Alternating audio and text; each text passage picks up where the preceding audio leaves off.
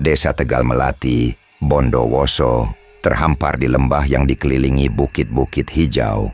Sawah membentang luas, berpadu dengan aroma tanah basah dan suara jangkrik yang mengisi malam. Di ujung desa, sebuah rumah sederhana berdiri dengan dinding kayu yang mulai lapuk. Di dalamnya suasana tak lagi damai. Malam itu Indah, wanita cantik berusia 35 tahun, berdiri di tengah ruang tamu. Wajahnya merah padam, air mata menggenang di matanya yang lelah. Di depannya Thohir, suaminya, menatap dengan mata merah akibat minuman keras. Tangannya menggenggam botol kosong yang nyaris ia lempar. "Kau tak pernah cukup, Indah. Aku muak hidup begini," bentak Thohir. Suaranya menggema, memecah kesunyian. Malam, Indah gemetar, dadanya sesak, tapi ia tak mau kalah. "Kau yang tak pernah pulang, Thohir. Uang habis untuk judi dan minuman. Kau pikir aku tak tahu?" Balasnya, suaranya parau, penuh campuran kemarahan dan kepedihan. Pertengkaran mereka bukan yang pertama, tapi malam ini terasa seperti puncak dari luka yang telah menggores hati mereka selama bertahun-tahun. Di sudut ruangan Rumi, anak sulung mereka yang berusia 14 tahun, memeluk adiknya, Aldi, yang baru berusia 10 tahun. Rumi berusaha menenangkan Aldi yang menangis pelan, matanya penuh ketakutan. "Kak, mereka kenapa lagi?" bisik Aldi, suaranya gemetar. Rumi hanya menggenggam tangan adiknya erat-erat, tak mampu menjawab. Ia ingin berlari memisahkan kedua orang tuanya, tapi kakinya terasa terpaku. Suara bentakan ayahnya dan isakan ibunya bercampur menjadi simfoni kepedihan yang menghantui malam itu. Thohir melangkah maju, wajahnya penuh amarah. "Aku tak tahan lagi, Indah. Aku ingin cerai." Kata-kata itu seperti petir yang menyambar hati Indah. Ia terdiam, napasnya tersengal. Tubuhnya limbung seolah dunia di sekitarnya runtuh. "Cerai?" gumamnya, suaranya nyaris tak terdengar. "Kau tega meninggalkan aku dan anak-anak?" Thohir tidak menjawab. Ia hanya menatap Indah dengan mata dingin, lalu berbalik menuju kamar. "Aku pergi malam ini juga," katanya, suaranya datar, tanpa belas kasihan. Indah ambruk ke lantai, air matanya membasahi ubin yang dingin. Rumi dan Aldi berlari mendekatinya, memeluk ibunya yang menangis terseduh. "Bu, jangan nangis," kata Rumi. Suaranya bergetar, tapi Indah tak bisa menahan air matanya. Ia memeluk kedua anaknya erat, seolah takut kehilangan mereka juga. "Ibu baik-baik saja, Nak," katanya, berbohong pada dirinya sendiri. Tapi di lubuk hatinya ia tahu hidupnya tak akan pernah sama lagi. Malam itu, Thohir mengemasi pakaiannya ke dalam tas usang. Beberapa baju lusuh, sepasang sepatu tua, dan dompet kosong adalah satu-satunya yang ia bawa. "Kau urus anak-anak sendiri, Indah. Aku tak mau tahu lagi," katanya sebelum membanting pintu rumah. Suara pintu yang bergema terasa seperti palu yang menghancurkan harapan Indah. Ia menatap pintu itu, kosong, sementara Rumi dan Aldi menangis di pelukannya. Di luar, angin malam bertiup kencang, seolah merasakan luka yang menganga di hati keluarga kecil itu. Keesokan paginya, kabar perceraian menyebar cepat di Tegal Melati. Lucy, tetangga yang dikenal suka bergosip, berbisik pada Darsi di warung kecil dekat pasar. "Indah ditinggal Thohir, katanya karena dia tak bisa urus suami," ujar Lucy dengan nada penuh penilaian. Darsi mengangguk, matanya menyipit. Kasihan anak-anaknya, tapi Indah juga keras kepala. Mungkin dia yang salah. Yatmo, petani tua yang kebetulan lewat, hanya menggeleng. "Hidup itu keras. Indah harus kuat untuk anak-anaknya," katanya. Suaranya penuh simpati. Indah mencoba menjalani hari seperti biasa, Ia membuka salon kecilnya di pinggir desa, tempat ia merias wajah dan memotong rambut warga. Wajahnya yang cantik, dengan kulit kuning langsat dan rambut panjang terurai, masih menarik perhatian, tapi matanya kosong, penuh bayang-bayang kesedihan. Tangan yang biasanya lincah memegang gunting kini gemetar, dan pelanggan mulai memperhatikan. Tiwi, pegawai salon yang cekatan, bertanya dengan hati-hati, "Bu, ibu sakit? Kok kelihatan lelah?" Indah hanya tersenyum tipis, berusaha menyembunyikan luka di hatinya. "Hanya kurang tidur, Tiwi. Jangan khawatir," jawabnya, tapi suaranya lemah, seolah kehilangan nyawa. Di rumah, Rumi berusaha membantu ibunya dengan pekerjaan rumah, sementara Aldi sering duduk di sudut memeluk lututnya. "Bu, ayah kemana?" tanya Aldi suatu sore. Matanya polos tapi penuh harap. Indah menahan air mata, mengelus kepala anaknya. "Ayah pergi kerja jauh, Nak.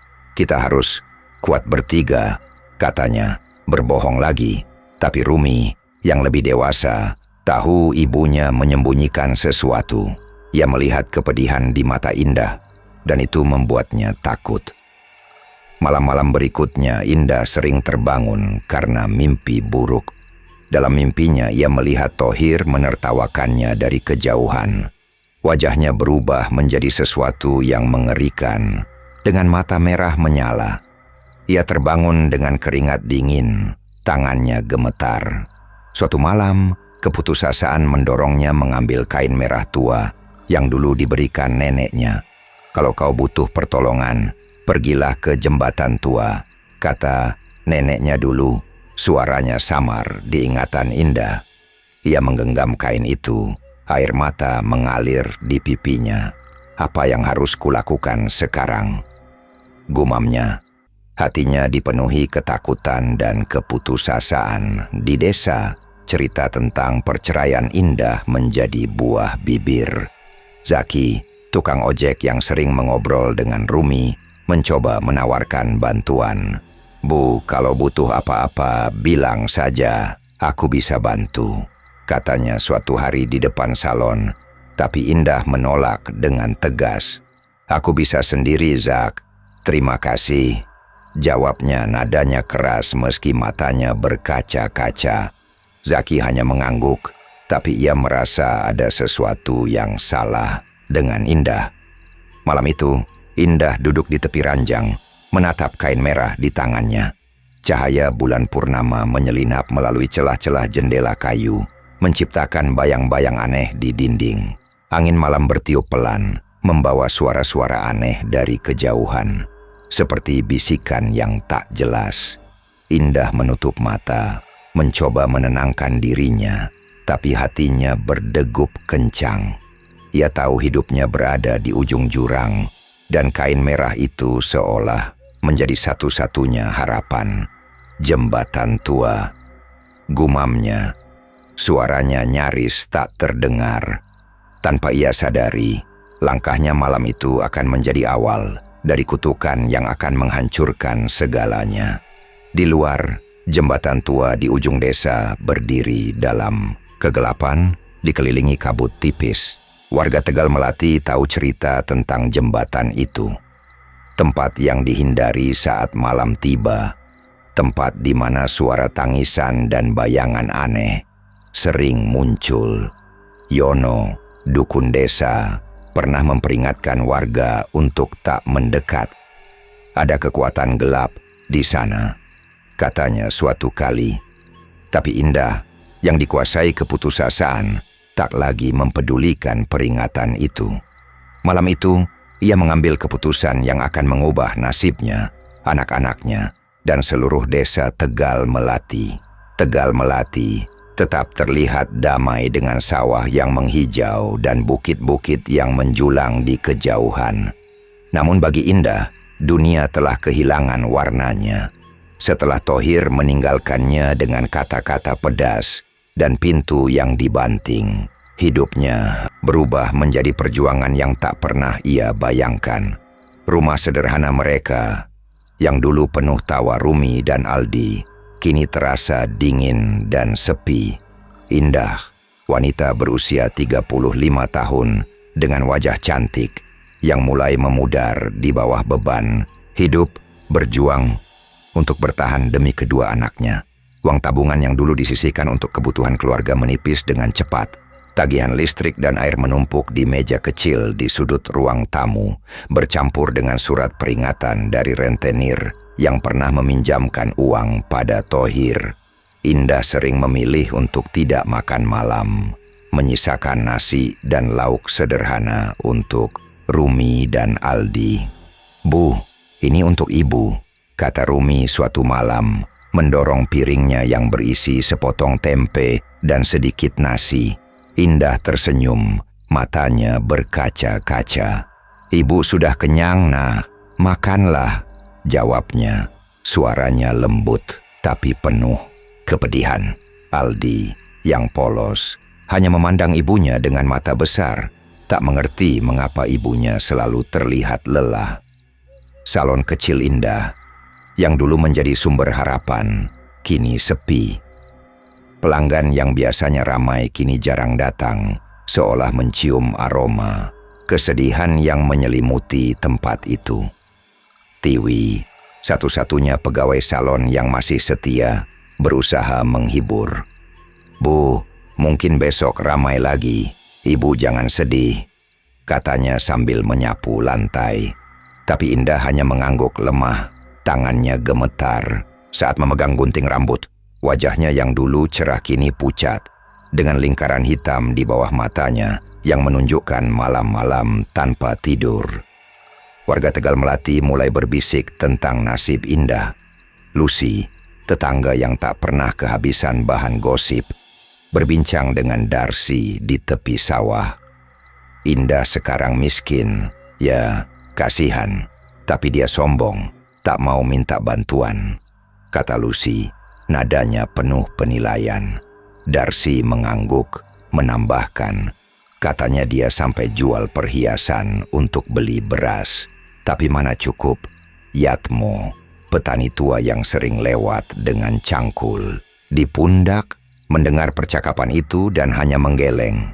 Indah wanita kuat, tapi hidup kadang terlalu keras. Gumamnya, matanya penuh simpati. Rumi, yang kini mulai mengerti kesulitan keluarganya, berusaha membantu ibunya. Ia sering menyapu salon setelah pulang sekolah, bahkan mencoba menawarkan jasa potong rambut sederhana kepada tetangga. Tapi penghasilan itu tak seberapa.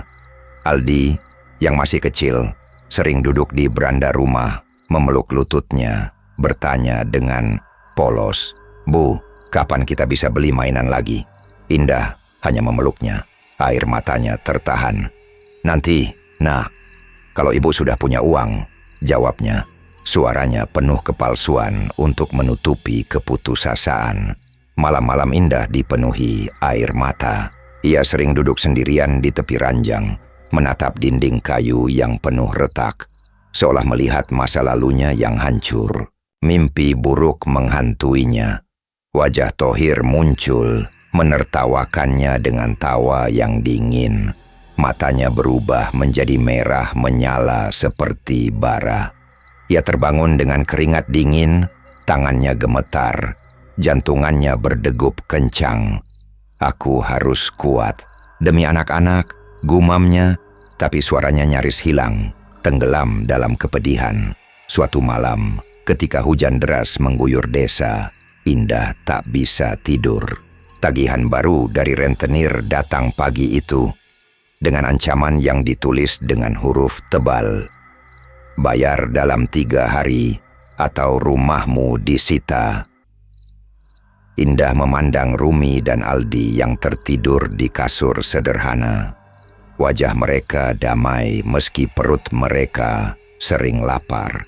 Ia tak tahu lagi harus berbuat apa. Pikirannya kacau, dan keputusasaan mendorongnya mengambil kain merah tua yang dulu diberikan neneknya. "Kalau kau butuh pertolongan, pergilah ke jembatan tua," kata neneknya dulu. Suaranya samar, diingatan Indah. Kain itu terasa dingin di tangannya. seolah menyimpan rahasia yang tak pernah ia pahami. Jembatan tua di ujung desa dikenal sebagai tempat angker. Dibangun pada masa penjajahan Belanda, jembatan itu penuh cerita mistis. Warga seperti Zaki, tukang ojek desa, pernah bercerita tentang bayangan aneh yang ia lihat di sana. Aku dengar suara tangisan di jembatan itu malam-malam, katanya pada Raffi, pemuda baru di desa. Yono, dukun tua yang dihormati, sering memperingatkan warga untuk menghindari jembatan itu setelah matahari terbenam. Ada kekuatan gelap di sana. Jangan coba-coba mendekat, katanya dengan nada serius. Tapi Indah yang dikuasai keputusasaan tak lagi mempedulikan peringatan itu. Malam itu, setelah memastikan Rumi dan Aldi tertidur, Indah mengenakan jaket lusuh dan menggenggam kain merah itu. Hujan telah reda, tapi udara terasa lembab dan dingin. Ia berjalan keluar rumah, langkahnya pelan menuju jembatan tua. Kabut tipis menyelimuti desa dan suara jangkrik terdengar seperti bisikan yang menyeramkan. Jantungannya berdegup kencang, tapi ia terus melangkah, didorong oleh rasa putus asa yang tak tertahankan. Aku tak punya pilihan lain, gumamnya. Suaranya gemetar. Di tengah jembatan tua, Indah berhenti. Kayu-kayu tua di bawah kakinya berderit, dan angin malam membawa aroma tanah basah yang aneh. Ia menggenggam kain merah erat-erat, menutup mata, dan berbisik, "Tolong aku tak tahu lagi harus bagaimana." Udara tiba-tiba menjadi berat, seolah menghisap napasnya. Suara desisan pelan terdengar dari kegelapan, dan Indah merasa bulu kuduknya berdiri. Ia membuka mata perlahan, dan di ujung jembatan, sebuah bayangan hitam muncul, tinggi, samar, dengan 2 titik merah, menyala seperti mata yang menatapnya. "Kau membutuhkan kuasa, Indah." Suara itu dalam, seperti gemuruh dari dalam bumi, membuat tulang punggungnya dingin.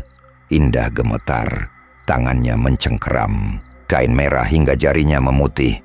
Aku hanya ingin anak-anakku hidup layak," katanya. Suaranya nyaris pecah. Bayangan itu mendekat, dan Indah merasa tubuhnya membeku. "Aku akan memberimu kekayaan," bisik bayangan itu.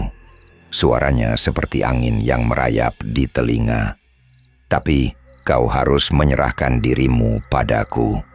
Setiap malam, Indah menangis, air matanya bercampur dengan kabut yang dingin. Gambar Rumi dan Aldi yang kelaparan, rumah yang terancam disita, dan hidup yang semakin sulit mendorongnya mengangguk.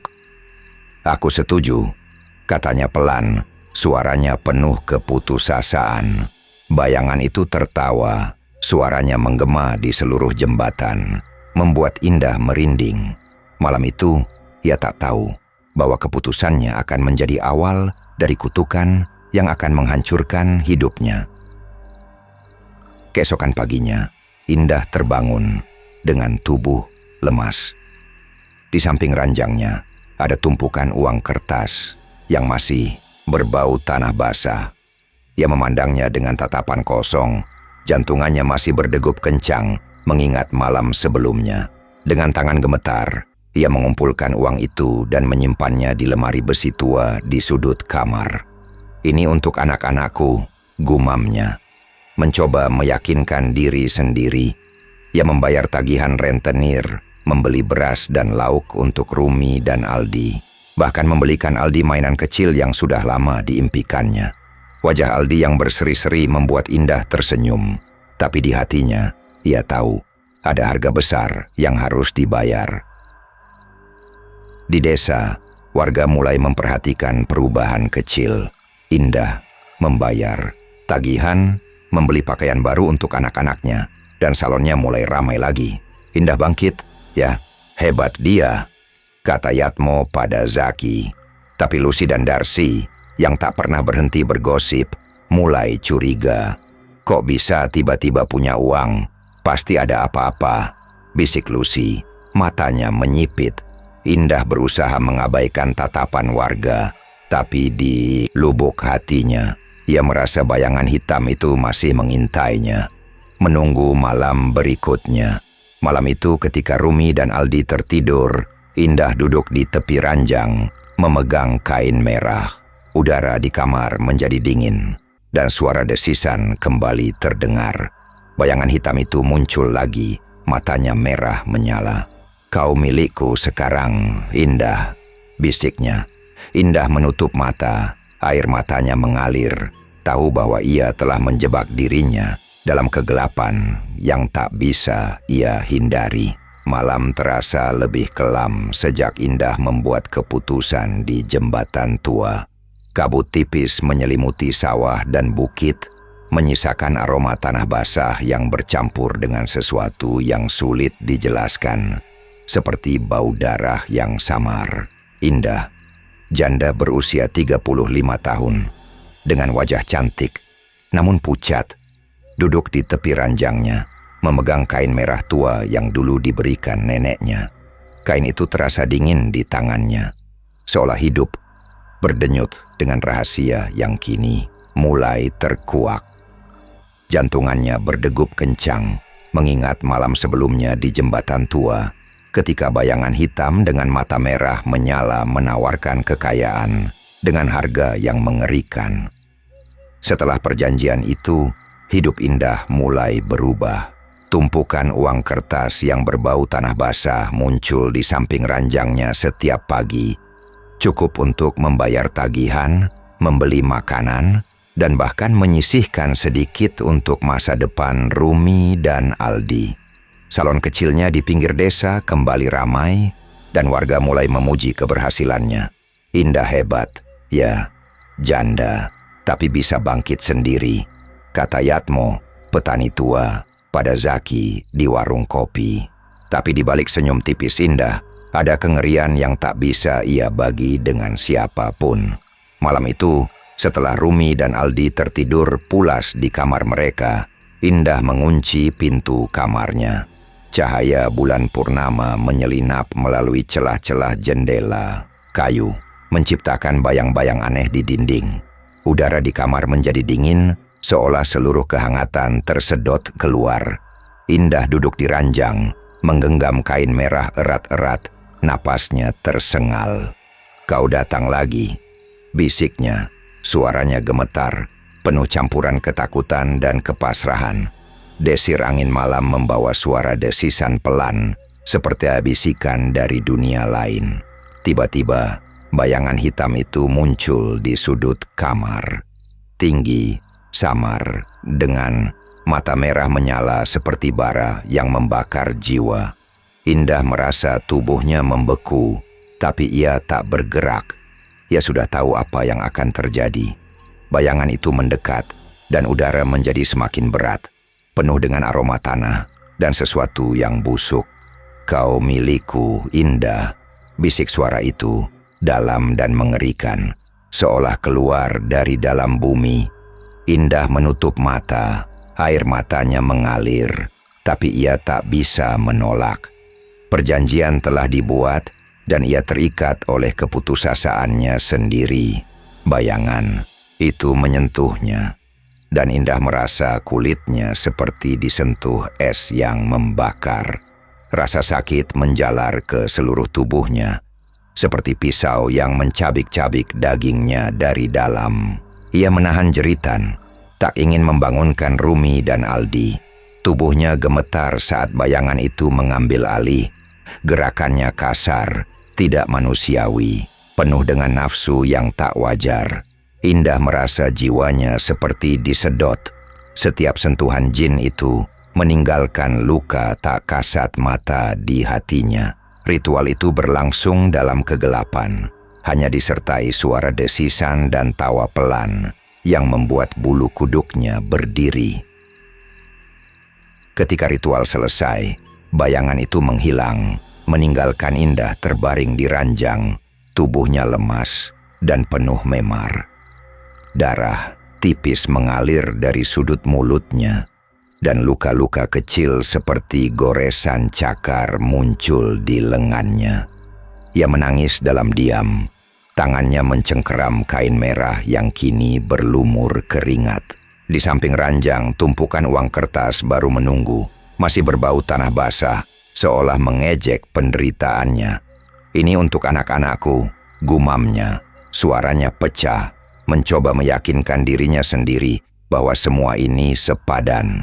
Pagi itu, Indah bangun dengan tubuh yang terasa hancur. Ia menyembunyikan memar di lengannya dengan baju lengan panjang, merias wajahnya untuk menutupi kepucatan yang semakin jelas. Di salon, ia berusaha tersenyum pada pelanggan, menyapa Tiwi dengan suara yang dipaksakan ceria. "Hari ini ramai." "Ya Tiwi, kita harus kerja keras," katanya. Tapi matanya kosong, penuh bayang-bayang kengerian malam sebelumnya. Tiwi mengangguk, tapi ia mulai memperhatikan perubahan pada Indah. Wajahnya yang semakin pucat, tangannya yang sering gemetar, dan tatapan yang seolah melihat sesuatu yang tak ada di sana. Rumi, anak sulung Indah, mulai curiga. Ia sering terbangun tengah malam karena mendengar suara aneh dari kamar ibunya. Desahan pelan, seperti isakan yang tertahan, bercampur dengan suara desisan yang tak wajar. Suatu malam, ia memberanikan diri mengintip melalui celah pintu. Yang ia lihat membuat jantungannya hampir berhenti. Ibunya terbaring di ranjang, tubuhnya gemetar, dan sebuah bayangan hitam membungkuk di atasnya. Mata merahnya menyala dalam kegelapan. Rumi buru-buru menutup mulutnya agar tidak berteriak, lalu berlari kembali ke kamarnya, menangis dalam diam. Ia tak berani menceritakan pada Aldi, takut adiknya yang polos akan ketakutan. Di desa, gosip tentang Indah mulai menyebar. Lucy, tetangga yang tak pernah kehabisan bahan cerita, berbisik pada Darcy di pasar. "Indah kok tiba-tiba kaya ya? Salonnya kan biasa saja, tapi dia bisa beli pakaian baru untuk anak-anaknya," katanya. Nadanya penuh kecurigaan. Darcy mengangguk, menambahkan, "Aku dengar dia sering ke jembatan tua malam-malam. Pasti ada apa-apa." Zaki, yang kebetulan mendengar percakapan itu, merasa gelisah. Ia pernah melihat bayangan aneh di jembatan tua saat mengantar penumpang malam hari. "Aku lihat sesuatu di jembatan itu, seperti wanita dengan pakaian merah. Tapi pas aku dekati, dia hilang," katanya pada Raffi, temannya. Raffi hanya tertawa, menyebutnya halusinasi, tapi Zaki tahu apa yang ia lihat bukan ilusi. Yono, dukun tua desa, mulai merasakan energi aneh di Tegal Melati. Ia sering duduk di beranda rumahnya, membakar kemenyan dan membaca doa-doa kuno, mencoba memahami apa yang mengganggu desa.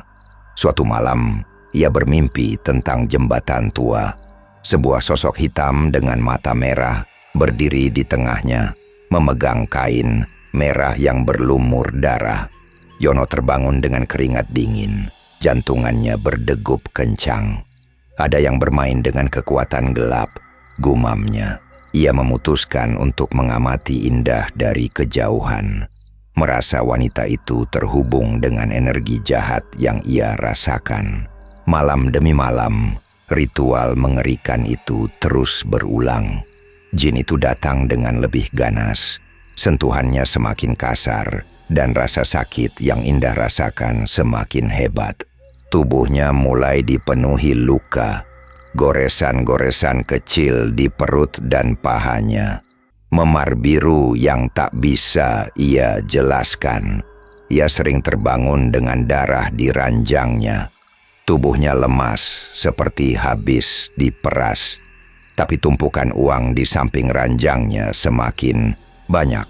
Seolah jin itu ingin menunjukkan bahwa harga penderitaannya adalah kekayaan yang tak pernah ia impikan. Indah mulai kehilangan dirinya sendiri. Ia sering melamun di salon, menatap cermin dengan tatapan kosong, seolah melihat bayangan hitam itu di balik pantulan wajahnya.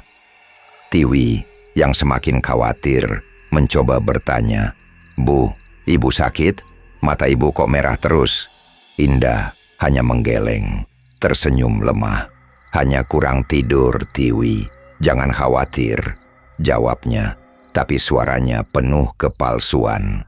Di dalam hati, ia tahu bahwa ia telah menjual jiwanya kepada sesuatu yang tak seharusnya ia dekati. Rumi mulai memberontak. "Bu, ibu kenapa selalu lelet?" "Aku takut," katanya suatu sore, matanya penuh air mata. Indah memeluknya erat, tak mampu menjelaskan.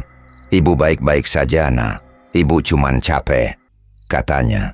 Suaranya gemetar. Aldi, yang masih polos, sering duduk di samping ibunya, bertanya, "Bu, kenapa ibu selalu sedih?" Indah hanya tersenyum, air matanya tertahan. Tahu bahwa anak-anaknya mulai merasakan kegelapan yang menyelimuti hidupnya. Di jembatan tua, energi jahat semakin kuat. Zaki, yang sering melintas untuk mengantar penumpang, mulai menghindari tempat itu setelah matahari terbenam. "Aku dengar suara tawa di jembatan itu, Zak," kata Raffi suatu hari. Wajahnya penuh ketakutan. Zaki hanya mengangguk, tak ingin menceritakan bahwa ia pernah melihat bayangan hitam itu dengan mata kepalanya sendiri. "Jangan ke sana malam-malam, Raf. Tempat itu bukan untuk manusia," katanya dengan nada serius. Malam itu, ketika jin itu datang lagi, Indah merasa ada yang berbeda. Suara desisannya lebih keras, dan matanya yang merah menyala seolah menembus jiwanya. "Kau milikku selamanya, Indah. Jangan pernah berpikir untuk melawan," bisiknya. Suaranya seperti pisau yang mengiris hati. Indah menangis, tubuhnya gemetar, tapi ia tak bisa melawan. Ritual itu berlangsung lebih lama, lebih menyakitkan, dan ketika selesai, Indah terbaring di ranjang, napasnya tersengal, darah mengalir dari sudut mulutnya. Di sampingnya, tumpukan uang kini hampir memenuhi sudut kamar, tapi ia tahu bahwa kekayaan itu tak akan pernah cukup untuk menebus jiwanya. Keesokan paginya, Indah berusaha bangkit seperti biasa. Ia membuka salon, menyapa pelanggan dengan senyum palsu, dan membelikan Rumi dan Aldi pakaian baru. Tapi di dalam hatinya, ia merasa seperti boneka yang digerakkan oleh kekuatan yang tak ia pahami. Warga Tegal Melati memuji keberhasilannya, tapi Yono yang mengamati dari kejauhan tahu bahwa ada sesuatu yang salah. Indah telah membuat perjanjian dengan iblis. Gumamnya, tangannya mencengkeram tongkat kayunya. Ia tahu bahwa desa ini akan segera menghadapi kengerian yang tak terbayangkan, dan Indah adalah kuncinya. Malam itu kini terasa seperti pintu menuju kegelapan yang tak berujung. Kabut tipis menyelimuti sawah, dan suara jangkrik bercampur dengan desisan angin yang membawa aroma tanah basah dan sesuatu yang busuk, seperti darah yang telah mengering. Di rumah sederhana di ujung desa, Indah, janda berusia 35 tahun, duduk di tepi ranjangnya, memegang kain merah tua yang kini menjadi simbol kutukan yang mengikatnya. Wajahnya, yang dulu cantik dengan kulit kuning langsat, kini pucat, dengan lingkaran hitam di bawah matanya yang menunjukkan penderitaan tak berkesudahan. Setiap malam, jin penunggu jembatan tua datang, mengambil tubuhnya dalam ritual mengerikan yang meninggalkan luka fisik dan jiwa yang hancur. Ritual itu telah menjadi bagian dari hidup Indah sejak ia membuat perjanjian di jembatan tua. Setiap tengah malam, ketika Rumi dan Aldi tertidur pulas, Indah mengunci pintu kamarnya, mempersiapkan diri untuk kengerian yang tak bisa ia hindari. Udara di kamar menjadi dingin, seolah seluruh kehangatan tersedot keluar. Cahaya bulan purnama yang menyelinap melalui celah jendela kayu menciptakan bayang-bayang aneh di dinding. seperti tangan-tangan tak kasat mata yang merayap. Indah menggenggam kain merah erat-erat. Tangannya gemetar, napasnya tersengal.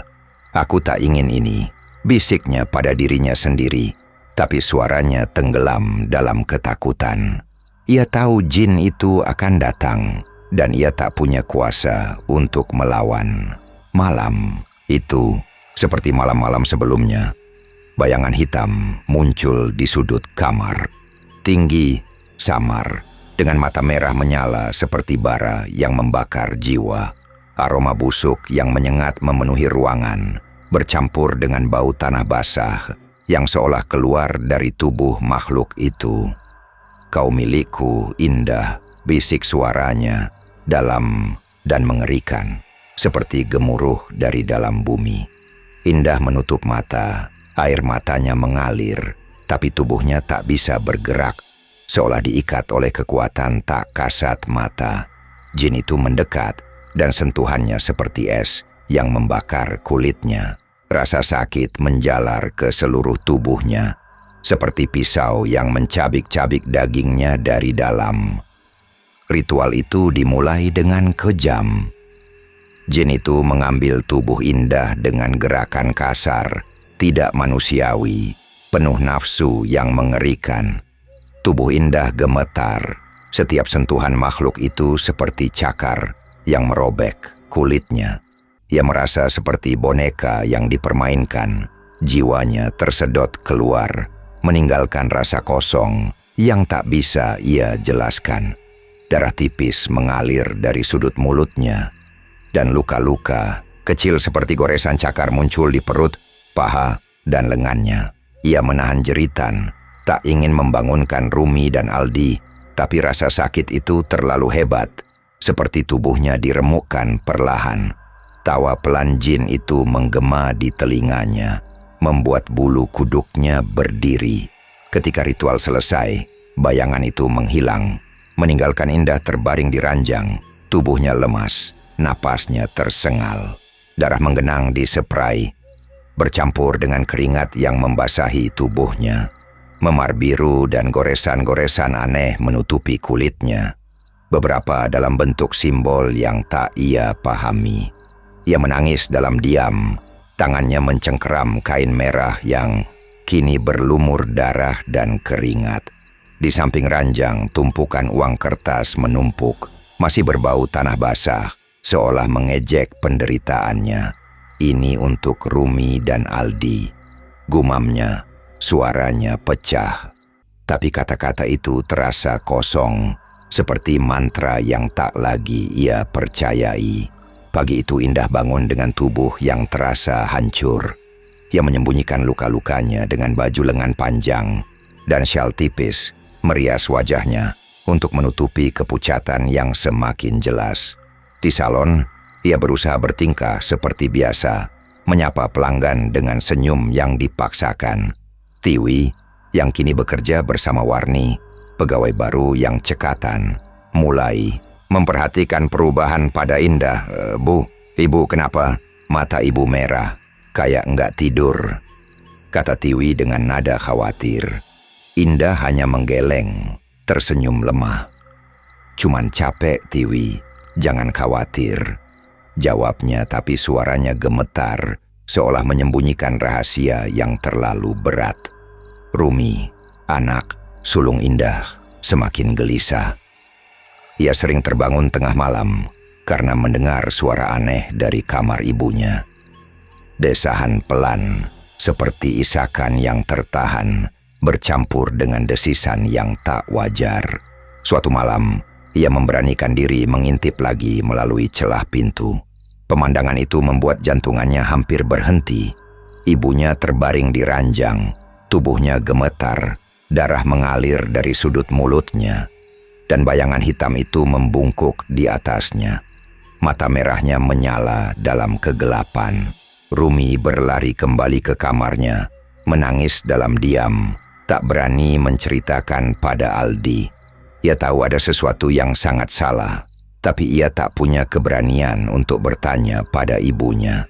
Di desa, kecurigaan mulai tumbuh.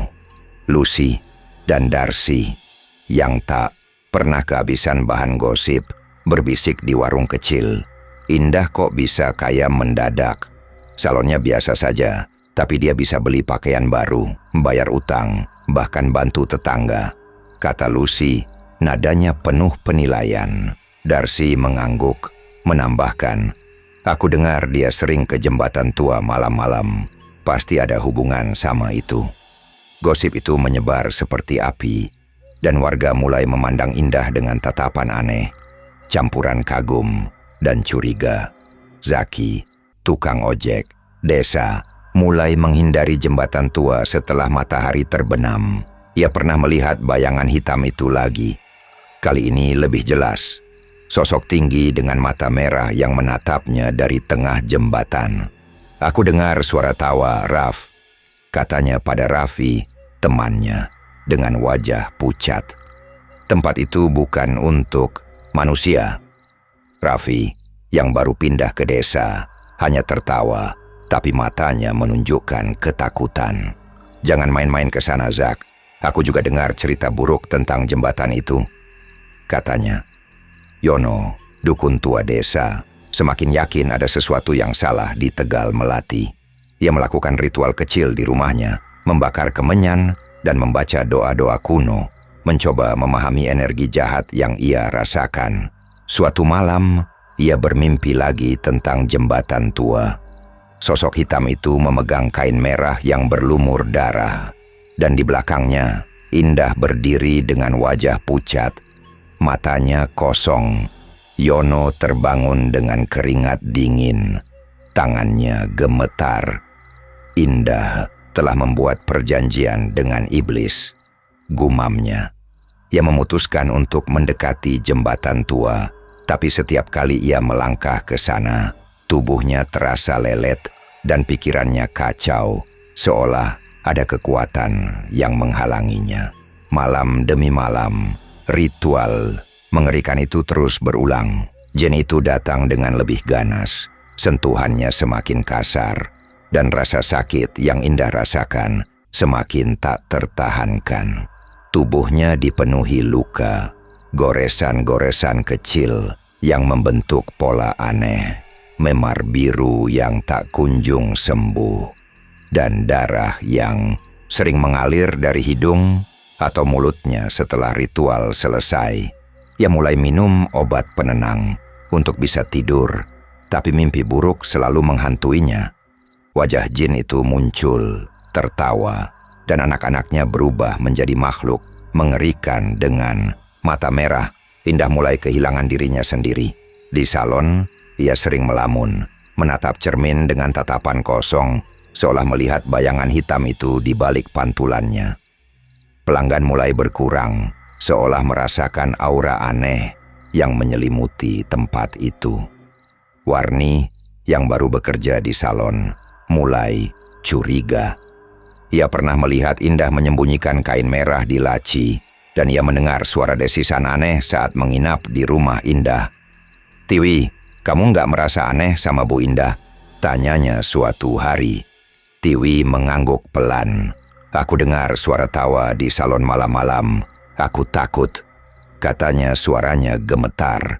Rumi akhirnya memberanikan diri bertanya pada ibunya. "Bu, ibu kenapa selalu keluar malam? Aku dengar suara aneh dari kamar ibu," katanya. Matanya penuh air mata. Indah memeluknya erat, tak mampu menjelaskan. "Ibu baik-baik saja, nak. Jangan khawatir," katanya. Tapi suaranya penuh kepalsuan. Aldi, yang polos, sering duduk di samping ibunya, bertanya, "Bu, kenapa ibu selalu sedih?" Indah hanya tersenyum, air matanya tertahan. Tahu bahwa anak-anaknya mulai merasakan kegelapan yang menyelimuti hidupnya. Malam itu, ketika jin itu datang lagi, Indah merasa tubuhnya seperti diremukan. Rasa sakit itu lebih hebat dari sebelumnya, dan ia mendengar suara tawa jin itu lebih keras, lebih jahat. "Kau tak bisa lari, Indah. Kau milikku selamanya," bisiknya. Matanya merah menyala seolah menembus jiwanya. Ritual itu berlangsung lebih lama, Dan ketika selesai, Indah terbaring di ranjang, napasnya tersengal, darah mengalir dari hidung dan mulutnya. Tumpukan uang di samping ranjangnya kini hampir memenuhi sudut kamar, tapi ia tahu bahwa kekayaan itu tak akan pernah cukup untuk menebus penderitaannya. Keesokan paginya, Indah berusaha bangkit seperti biasa. Ia membuka salon, menyapa pelanggan dengan senyum palsu, dan membelikan Rumi dan Aldi makanan yang mereka sukai. Tapi di dalam hatinya ia merasa seperti boneka yang digerakkan oleh kekuatan gelap. Yono, yang mengamati dari kejauhan, tahu bahwa waktu Indah semakin menipis. Jin itu bukan jin biasa, gumamnya. Tangannya mencengkeram kitab tua leluhurnya. Indah telah menjual jiwanya, dan desa ini akan membayar harganya. Kekayaan Indah kini tak lagi diragukan. Ia membayar semua tagihan yang menumpuk, membeli pakaian baru untuk Rumi dan Aldi, dan bahkan merenovasi rumah sederhananya menjadi lebih layak. Dapur yang dulu kosong kini penuh dengan beras, lauk pauk, dan buah-buahan segar. Aldi, anak bungsunya yang berusia 10 tahun, tersenyum lebar saat Indah membelikannya sepatu baru dan mainan yang sudah lama ia impikan. "Bu, kita nggak lapar lagi ya?" tanyanya polos, matanya berbinar. Indah memeluknya erat, air matanya tertahan. "Tidak, Nak. Ibu janji kita akan baik-baik saja," jawabnya, tapi suaranya gemetar, menyembunyikan penderitaan yang ia rasakan. Di desa, Indah menjadi panutan. Ia tak hanya menghidupkan kembali salonnya, tetapi juga mempekerjakan Warni dan Tasmin untuk membantu Tiwi, membuat salon itu semakin ramai. Lebih dari itu, Indah mulai berbagi rezeki kepada warga yang kurang mampu. Ia membagikan makanan untuk keluarga miskin, memberikan pakaian untuk anak-anak yatim, dan bahkan membantu Yatmo, petani tua yang nyaris kehilangan sawahnya karena utang. "Indah itu malaikat," kata Yatmo pada Raffi, pemuda baru di desa, dengan nada penuh kagum. "Dia janda, tapi bisa bantu banyak orang." Raffi mengangguk, tapi matanya menunjukkan rasa ingin tahu yang terselip. Indah juga mendirikan dapur umum di dekat masjid desa, menyediakan makanan gratis setiap hari Jumat untuk warga yang kelaparan. Nur, seorang janda tua yang rumahnya hancur akibat banjir, menangis haru saat Indah memberikan uang untuk membangun kembali rumahnya. "Kau baik sekali, Indah. Tuhan pasti membalas kebaikanmu," kata Nur. Tangannya gemetar memegang tangan Indah. Indah hanya tersenyum tipis, tapi di hatinya ia tahu bahwa kebaikannya dibayar dengan harga yang terlalu mahal. Namun di balik semua kebaikan itu, Indah menderita. Setiap malam, ritual mengerikan dengan jin penunggu jembatan berulang. Ketika Rumi dan Aldi tertidur, Indah mengunci pintu kamarnya, memegang kain merah tua yang kini berlumur keringat dan darah. Udara di kamar menjadi dingin, seolah seluruh kehidupan tersedot keluar. Cahaya bulan purnama menyelinap melalui celah jendela, menciptakan bayang-bayang menyeramkan di dinding. Indah duduk di ranjang, tangannya gemetar, napasnya tersengal. "Aku tak bisa terus begini," bisiknya. Tapi ia tahu tak ada jalan keluar. Bayangan hitam itu muncul, tinggi dan samar, dengan mata merah menyala seperti bara. Aroma busuk yang menyengat memenuhi ruangan, bercampur dengan bau tanah basah yang seolah keluar dari tubuh makhluk itu. "Kau milikku, Indah," bisik suaranya, dalam dan mengerikan, seperti gemuruh dari dalam bumi. Indah menutup mata, air matanya mengalir, tapi tubuhnya tak bisa bergerak. Jin itu mendekat, dan sentuhannya seperti es yang membakar kulitnya. Rasa sakit menjalar, seperti pisau yang mencabik-cabik dagingnya dari dalam. Ritual itu semakin kejam. Jan itu mengambil tubuh Indah dengan gerakan kasar, tidak manusiawi, penuh nafsu yang mengerikan. Tubuhnya gemetar. Setiap sentuhan makhluk itu seperti cakar yang merobek kulitnya. Darah mengalir dari sudut mulut dan hidungnya. Dan luka-luka kecil seperti goresan cakar muncul di perut, paha, dan lengannya, membentuk pola-pola aneh yang seolah hidup.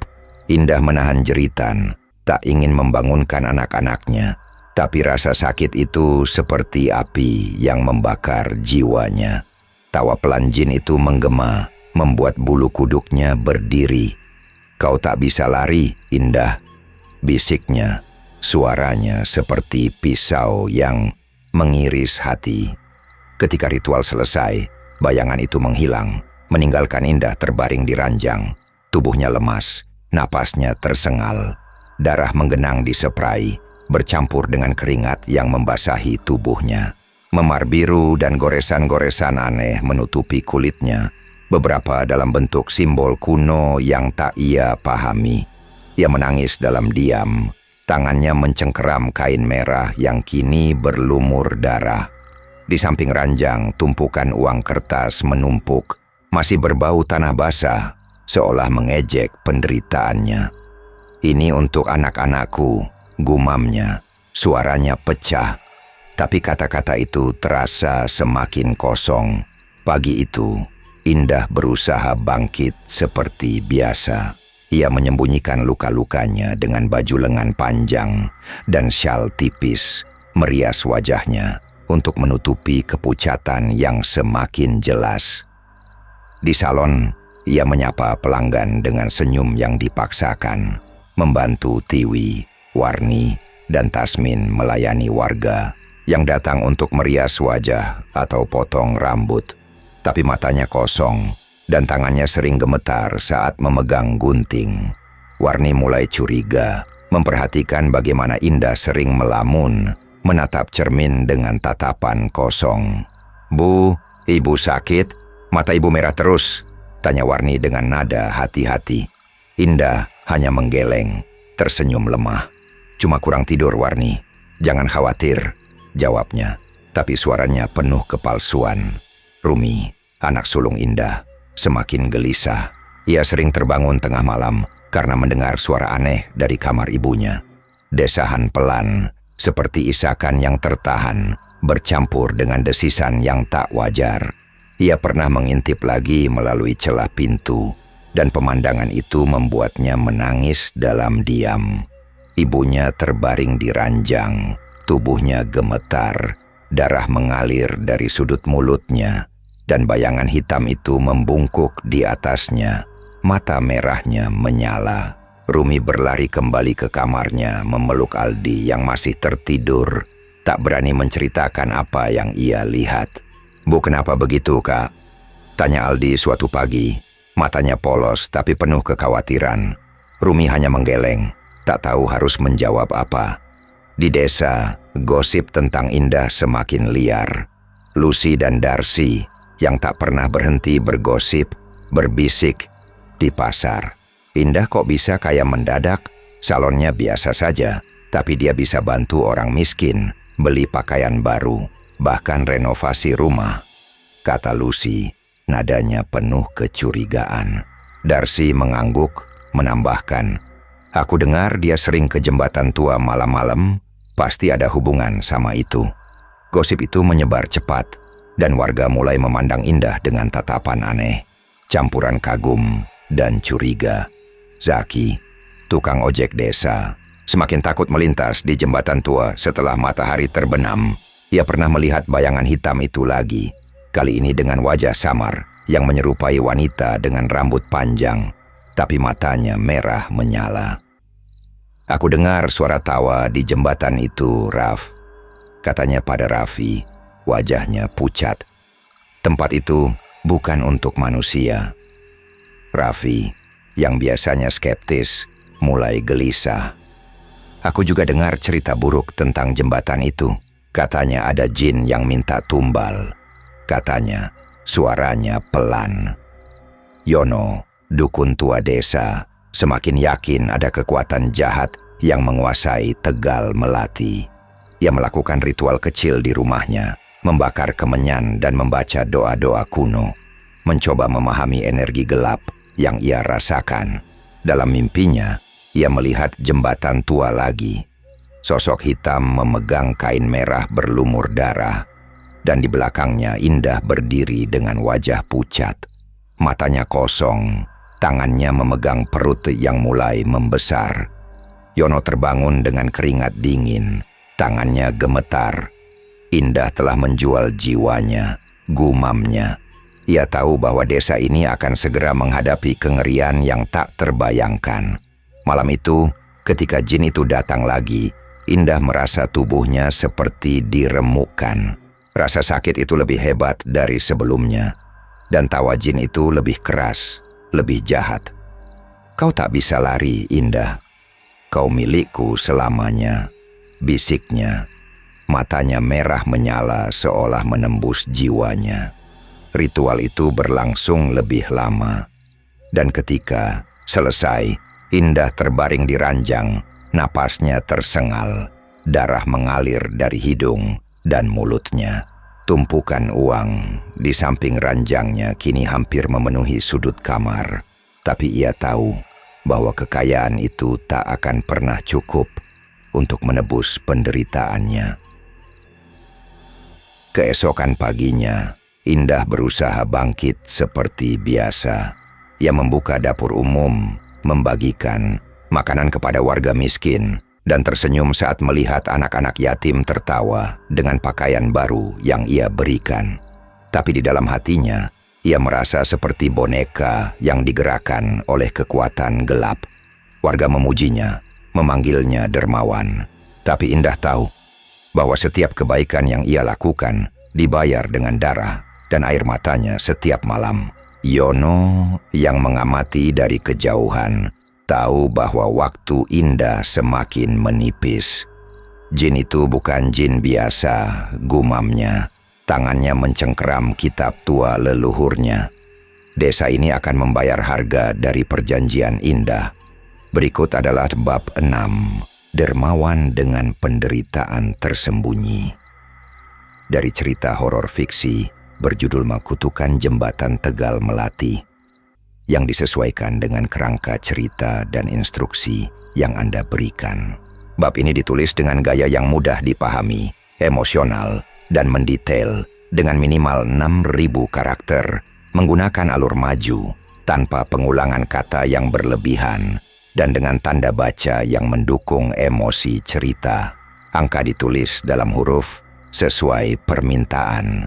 Bab ini melanjutkan cerita dari bab 5, berfokus pada puncak konflik di mana Indah dikenal sebagai dermawan dan baik hati di desa Tegal Melati, namun menderita sakit luar biasa setiap malam akibat ritual dengan jin penunggu jembatan. Konten disajikan secara eksplisit sesuai permintaan tanpa sensor, dengan tetap menjaga narasi yang sesuai dengan emosi horor. Kekayaan Indah kini tak terbantahkan. Rumahnya yang dulu sederhana kini berdiri megah dengan dinding baru dan perabot modern. Ia membeli pakaian bagus untuk Rumi dan Aldi, anak-anaknya, serta menyekolahkan mereka di tempat yang lebih baik. Dapur umum yang ia dirikan di dekat masjid desa menjadi berkah bagi warga miskin. Setiap hari Jumat, Indah membagikan nasi, lauk, dan pakaian untuk anak-anak yatim. Nur, janda tua yang rumahnya pernah hancur akibat banjir, menangis haru saat Indah memberikan uang untuk membeli kebutuhan sehari-hari. "Kau malaikat Indah, Tuhan pasti melindungimu," kata Nur. Tangannya gemetar memegang tangan Indah. Indah tersenyum, tapi matanya kosong, penuh bayang-bayang penderitaan. Yatmo, petani tua yang dulu diselamatkan Indah dari utang, sering memuji kebaikan wanita itu di warung kopi. "Indah luar biasa, janda. tapi bisa bantu desa ini, katanya pada Raffi, pemuda baru yang mendengarkan dengan kagum. Tiwi, Warni, dan Tasmin, pegawai salon Indah, bekerja dengan semangat, bangga pada bos mereka yang dermawan. Indah bahkan membantu memperbaiki jalan desa yang rusak, membuat warga semakin memujinya. Desa ini beruntung punya Indah, kata Zaki, tukang ojek, pada Thohir, yang kini jarang muncul di desa setelah perceraiannya dengan Indah. Namun di balik kebaikan itu, Indah menderita. Setiap malam, ketika Rumi dan Aldi tertidur, ia mengunci pintu kamarnya, memegang kain merah tua yang kini berlumur darah dan keringat. Udara di kamar menjadi dingin, seolah kehidupan tersedot keluar. Cahaya bulan purnama menyelinap melalui celah jendela, menciptakan bayang-bayang menyeramkan seperti tangan-tangan tak kasat mata. Indah duduk di ranjang, tangannya gemetar, napasnya tersengal. "Aku tak tahan lagi," bisiknya, air matanya mengalir. Tapi ia tahu, tak ada jalan keluar dari perjanjian yang ia buat. Bayangan hitam itu muncul, tinggi dan samar, dengan mata merah menyala seperti bara. Aroma busuk yang menyengat memenuhi ruangan, bercampur bau tanah basah, yang seolah keluar dari tubuh makhluk itu. "Kau milikku, Indah," bisik suaranya, dalam dan mengerikan, seperti gemuruh dari dalam bumi. Indah menutup mata, tubuhnya membeku, tapi ia tak bisa melawan. Jin itu mendekat, sentuhannya seperti es yang membakar kulitnya. Rasa sakit menjalar, seperti pisau yang mencabik dagingnya dari dalam. Lebih hebat dari malam-malam sebelumnya. Ritual itu kini lebih kejam. Jin itu mengambil tubuh Indah dengan gerakan kasar, tidak manusiawi, penuh nafsu yang mengerikan. Tubuhnya gemetar hebat. Setiap sentuhan makhluk itu seperti cakar yang merobek kulitnya. Darah mengalir dari hidung dan mulutnya, dan luka-luka kecil seperti goresan cakar muncul di perut, paha, dan lengannya, membentuk pola kuno yang seolah hidup. Indah menahan jeritan, tak ingin membangunkan anak-anaknya. Tapi rasa sakit itu seperti api yang membakar jiwanya. Tawa Jin itu menggema, lebih keras, lebih jahat, membuat bulu kuduknya berdiri. "Kau tak akan pernah lepas, Indah," bisiknya, suaranya seperti pisau yang mengiris hati. Ketika ritual selesai, bayangan itu menghilang, meninggalkan Indah terbaring di ranjang. Tubuhnya lemas, napasnya tersengal. Darah menggenang di spray, bercampur keringat yang membasahi tubuhnya. Memar biru dan goresan-goresan aneh menutupi kulitnya, beberapa dalam bentuk simbol yang membuatnya merinding. Ia menangis dalam diam, tangannya mencengkeram kain merah yang kini basah oleh darahnya sendiri. Di samping ranjang, tumpukan uang kertas menumpuk, masih berbau tanah basah, seolah mengejek penderitaannya. "Ini untuk anak-anakku," gumamnya, suaranya pecah. Tapi kata-kata itu terasa kosong, seperti mantra yang telah kehilangan makna. Pagi itu Indah berusaha bangkit seperti biasa. Ia menyembunyikan luka-lukanya dengan baju lengan panjang dan sial tipis, merias wajahnya untuk menutupi kepucatan yang kini tak bisa disembunyikan. Di salon, ia menyapa pelanggan dengan senyum palsu, membantu Tiwi, Warni, dan Tasmin melayani warga. Tapi tangannya sering gemetar dan matanya kosong, seolah melihat sesuatu yang tak ada di sana. Warni, yang mulai curiga, berbisik pada Tiwi, "Bu Indah aneh, ya. Dia kayak orang tak tidur, dan aku dengar suara aneh dari kamarnya pas aku nginap." Tiwi mengangguk, wajahnya penuh ketakutan. "Aku juga dengar tawa kecil di salon malam-malam. Aku takut," katanya. Suaranya pelan Rumi. anak sulung Indah, kini hidup dalam ketakutan. Ia sering terbangun tengah malam karena mendengar suara desahan dan desisan dari kamar ibunya.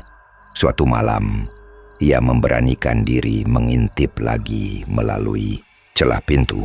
Pemandangan itu membuatnya pingsan di tempat.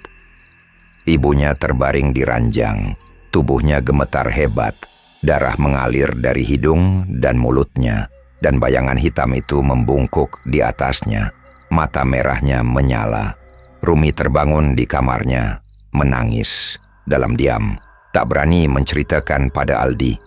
"Kak, Bu, kenapa?" tanya Aldi pagi itu. Matanya polos tapi penuh kekhawatiran. Rumi hanya memeluk adiknya, tak tahu harus menjawab apa. Zaki, tukang ojek desa, kini menghindari jembatan tua sepenuhnya. Ia pernah melihat bayangan hitam itu lagi, kali ini dengan wajah samar yang menyerupai wanita dengan rambut panjang, tapi matanya merah menyala.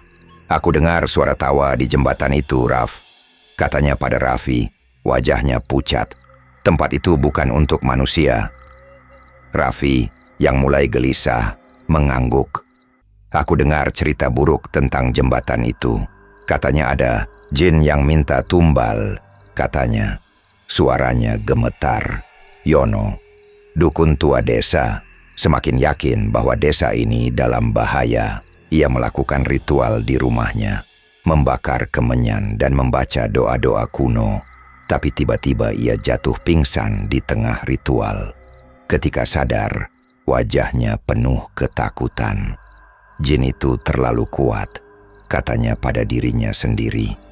Dalam mimpinya, ia melihat Indah berdiri di jembatan tua, memegang kain merah berlumur darah, dan perutnya mulai membesar, seolah menyimpan sesuatu yang mengerikan. Indah telah menjual jiwanya, dan desa ini akan membayar harganya, gumamnya.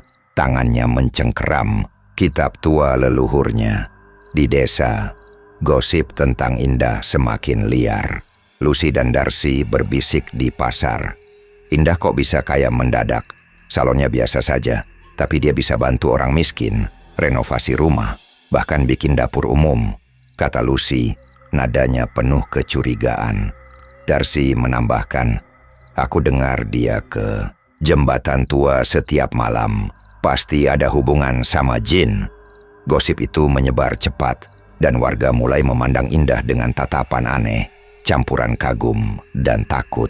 Malam itu, ritual dengan jin itu lebih mengerikan. Indah merasa tubuhnya seperti diremukkan. Rasa sakit itu seperti api yang membakar setiap inci tubuhnya. Jin itu tertawa lebih keras. Matanya merah menyala seolah menembus jiwanya.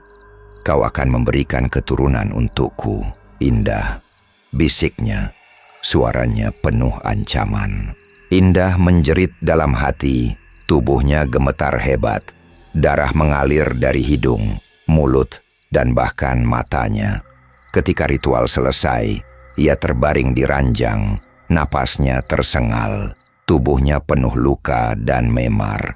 Tumpukan uang di samping ranjangnya kini memenuhi sudut kamar, tapi ia merasa perutnya mulai membesar, sesuatu yang tak wajar membuatnya panik.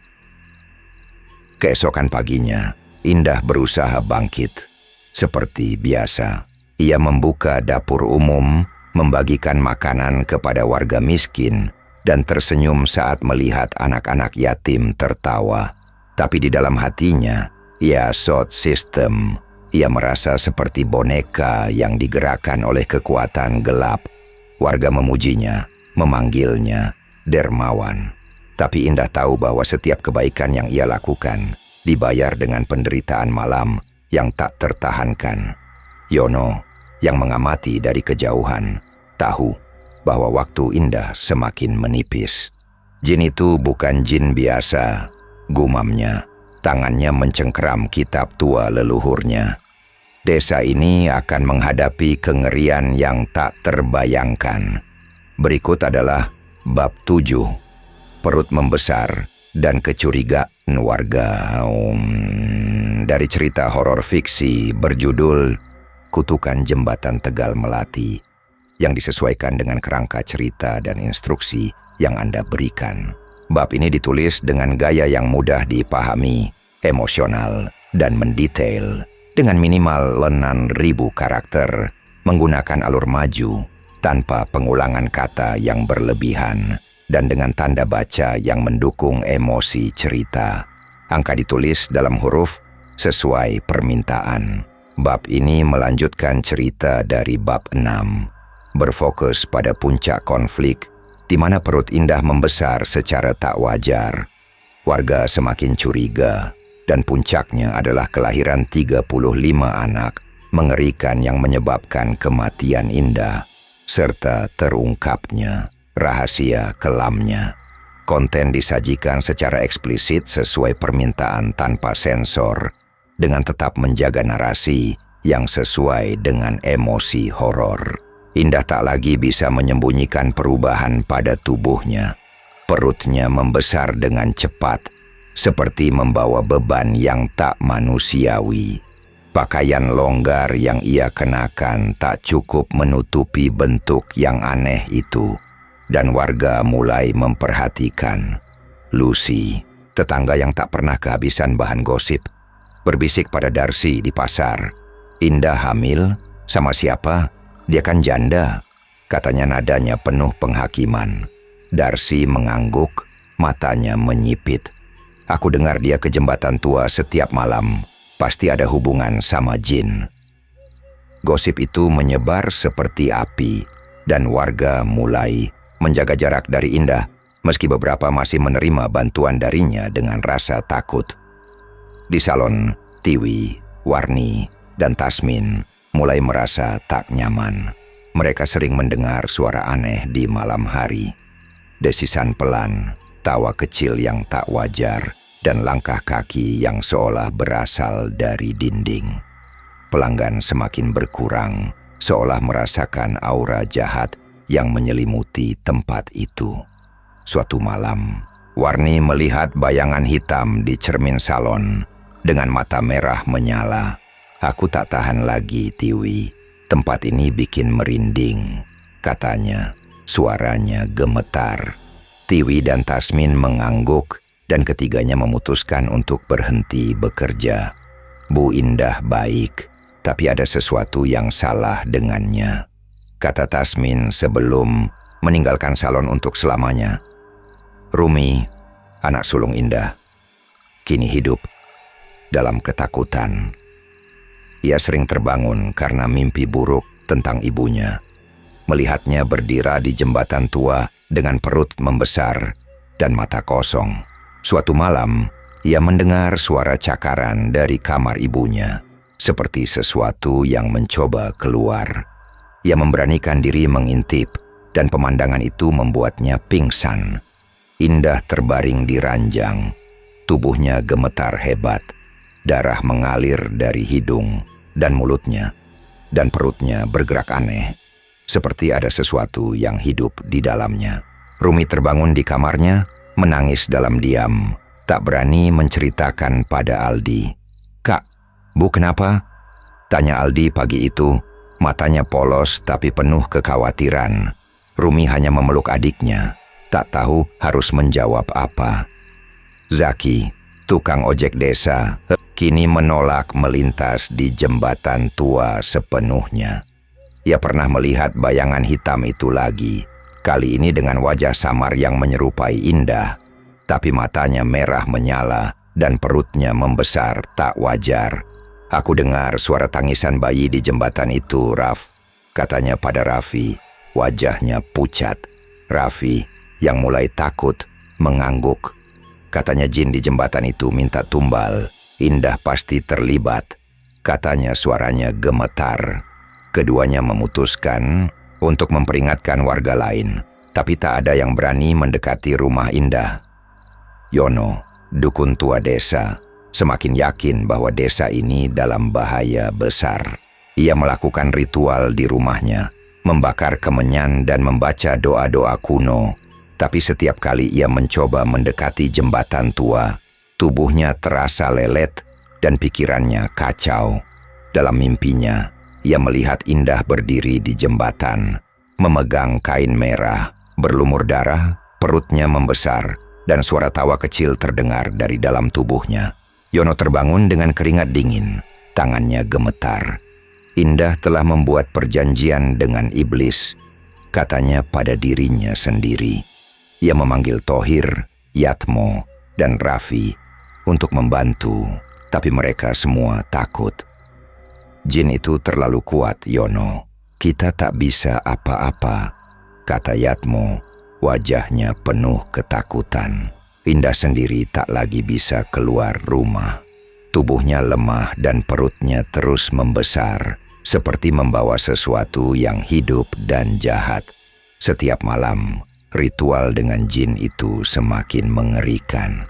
Bayangan hitam itu datang dengan tawa yang lebih keras, sentuhannya lebih kasar, dan rasa sakit yang Indah rasakan seperti api yang membakar setiap inci tubuhnya.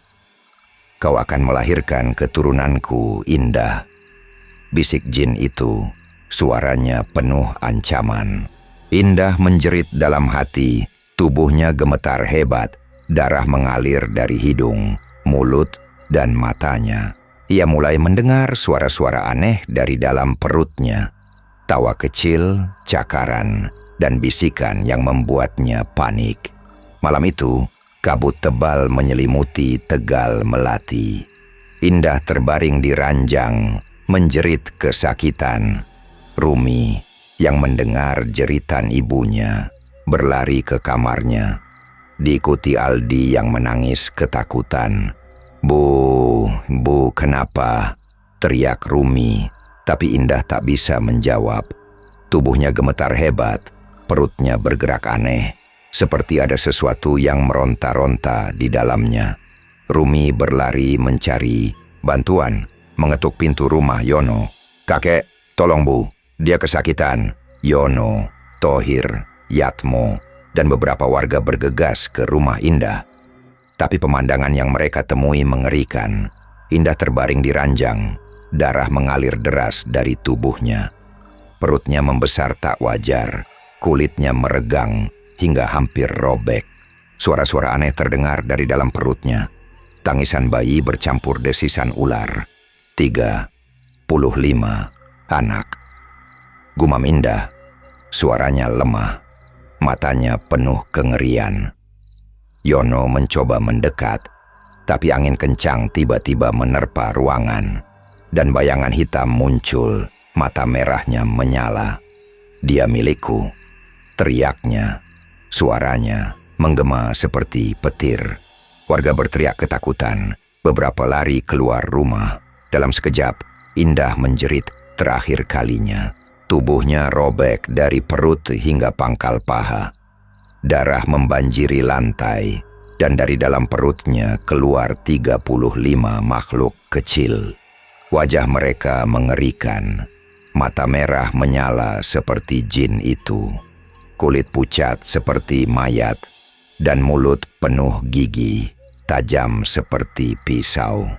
Mereka merangkak, mengeluarkan suara seperti tangisan bayi bercampur desisan ular. Beberapa memanjat dinding dengan cakar kecil mereka. Warga menjerit, berlarian keluar rumah. Sementara Yono mencoba membaca doa, tapi suaranya tenggelam dalam kekacauan. Indah menghembuskan napas terakhirnya. Matanya terbuka lebar, penuh kengerian. Makhluk-makhluk itu tiba-tiba menghilang, seolah ditelan kegelapan, dan bayangan hitam itu lenyap, meninggalkan tawa yang bergema. Rumi, yang menyaksikan dari ambang pintu, pingsan. Aldi menangis histeris, dipeluk Zaki yang gemetar ketakutan.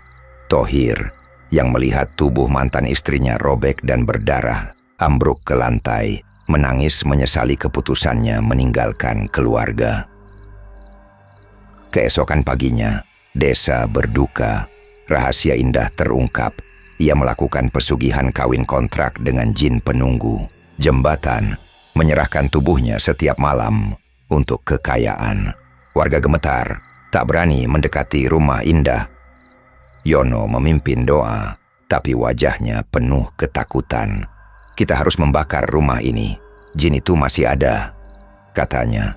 Suaranya gemetar, tapi di dalam hati ia tahu bahwa kutukan itu belum berakhir dan Tegal Melati akan selamanya dihantui bayangan hitam itu.